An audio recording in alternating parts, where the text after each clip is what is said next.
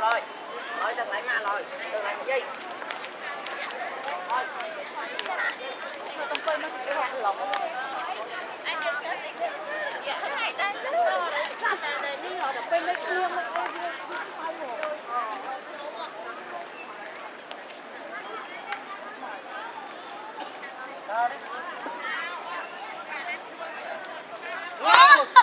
Trời ơi. Ồ, cá sấu. Ồ.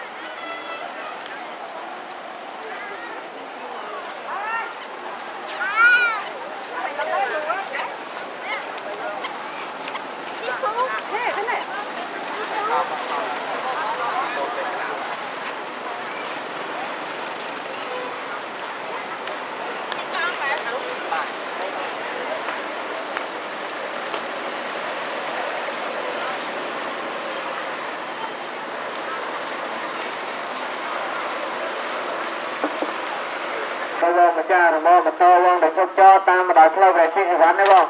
Ở lâu tầm trên ba trên vâng. Ở đây nhà là bên cá cho trang đó đây. Trang cho đấy xong bao đây cũng ngon chơi ban đêm rồi. Chỉ về để cá con chơi ra cho. Và có mang lên tầm trên ba trên đó.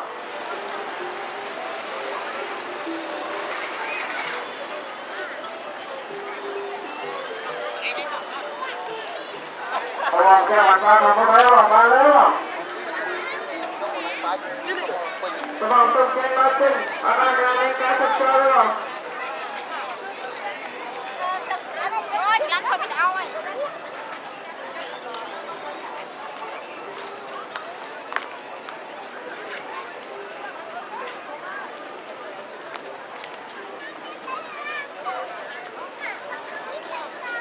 Mình sẽ ăn thọ đấy.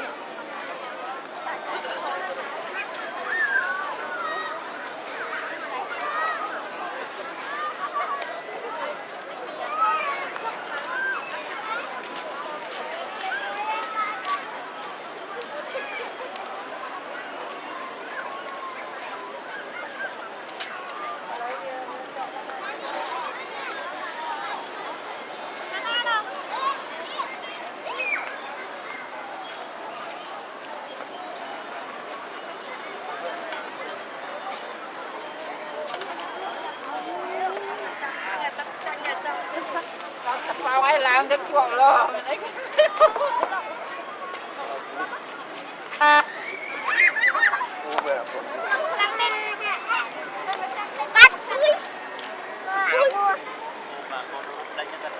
đó nó hả what the heck chưa rồi vô nó chết núi sao nó chết núi sao bò